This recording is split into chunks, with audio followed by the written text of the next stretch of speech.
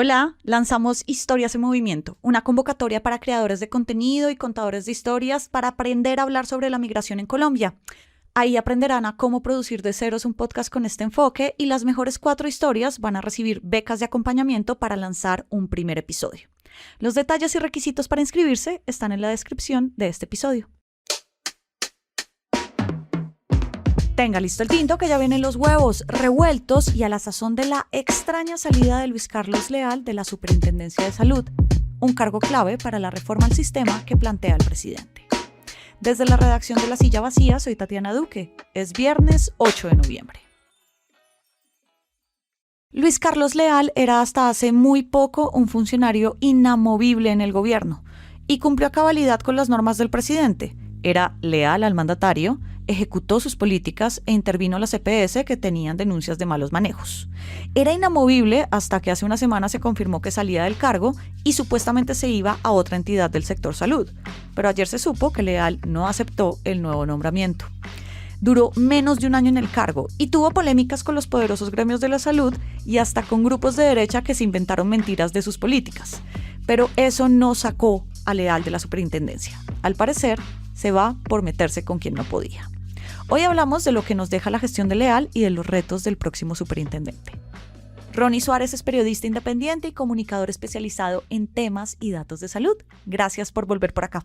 Tatiana, a usted muchas gracias por la invitación. El hoy ex superintendente Carlos Leal tuvo choques con muchísimos sectores del gremio de salud y también hasta de la derecha más conspiranoica, pero su salida ha sido como muy extraña. ¿Te llamó la atención la forma en que se manejó esta salida o la veías venir?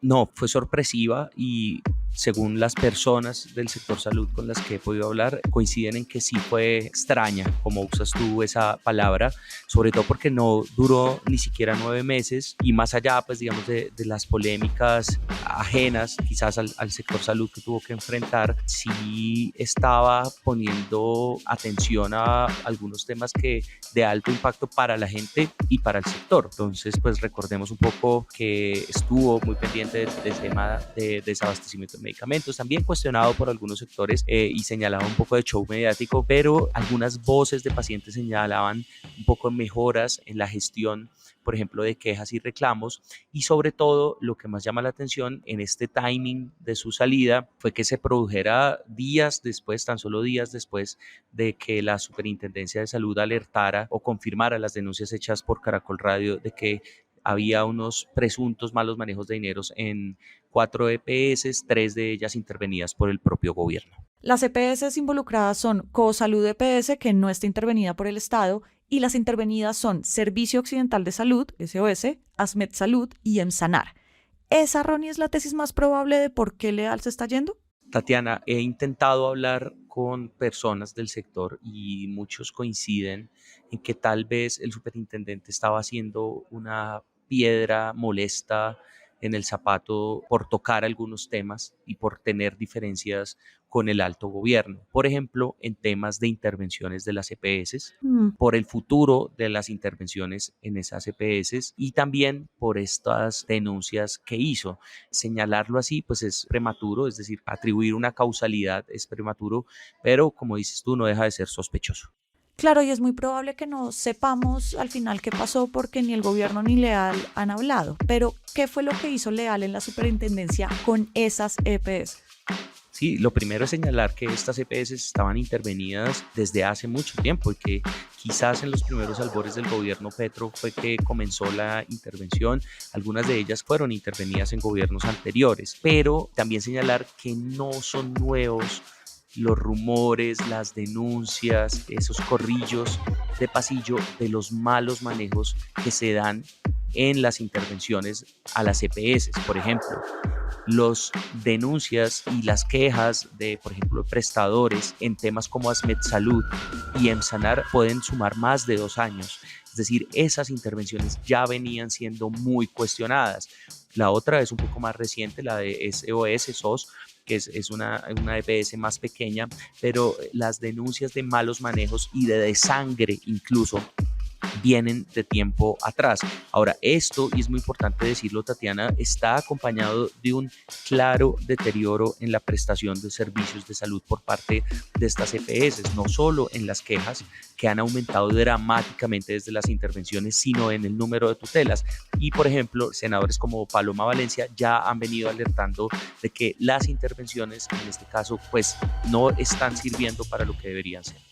¿Y cuál ha sido el impacto de las intervenciones de estas 3 EPS? Estas son EPS que dos de ellas son históricamente del régimen subsidiado y cubren a la población, por ejemplo, de los departamentos de Nariño, de Cauca, de Valle del Cauca. No son las EPS más grandes, pero sí estamos hablando de millones de afiliados.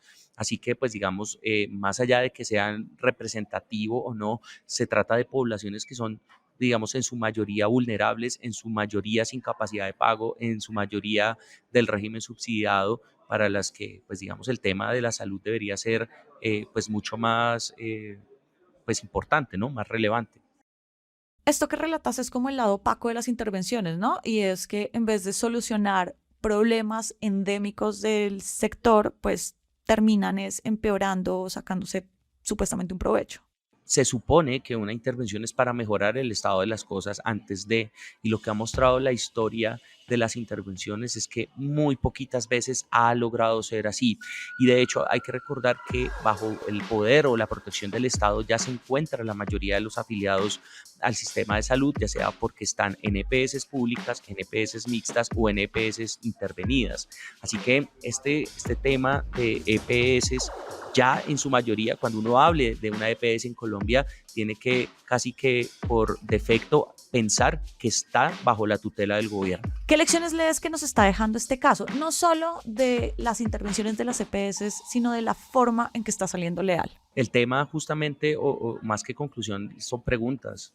Es qué va a pasar con la superintendencia bajo la nueva dirección de Giovanni Rubiano, que venía desempeñándose en el Instituto Nacional de Salud, con una gestión que, según expertos de salud pública, pues no fue muy destacable, o si se quiere, pues fue muy poco visible, si se quiere.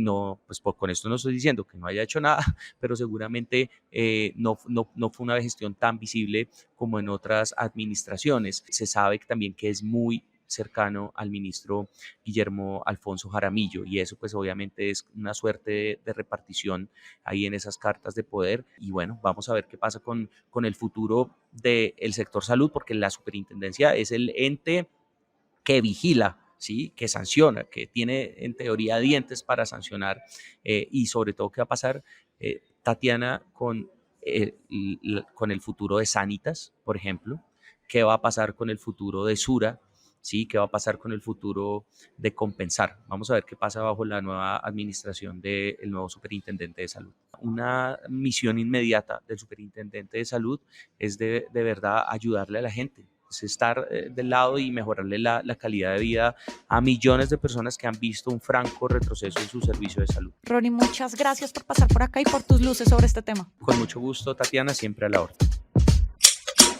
Y arranca el día con estas movidas. A partir de mañana el ELN ordenó un paro armado indefinido en Chocó, mientras los negociadores de esa guerrilla en Caracas reconocen que un acuerdo con el gobierno no va a ser posible para 2026. La próxima semana la JEP hará la imputación al exsecretariado de las extintas FARC por el delito de reclutamiento de menores. Y ya hay fecha de la elección del próximo magistrado de la Corte Constitucional en el Senado. Será el próximo lunes 18 de noviembre. Toda la movida de poder está al aire en lasillavacía.com, en las redes y en el en vivo. Y por acá cada mañana estará servido su desayuno político favorito. María Camila Ladino es la practicante editorial y produjo este episodio. Yo soy Tatiana Duque y nos escuchamos la próxima semana.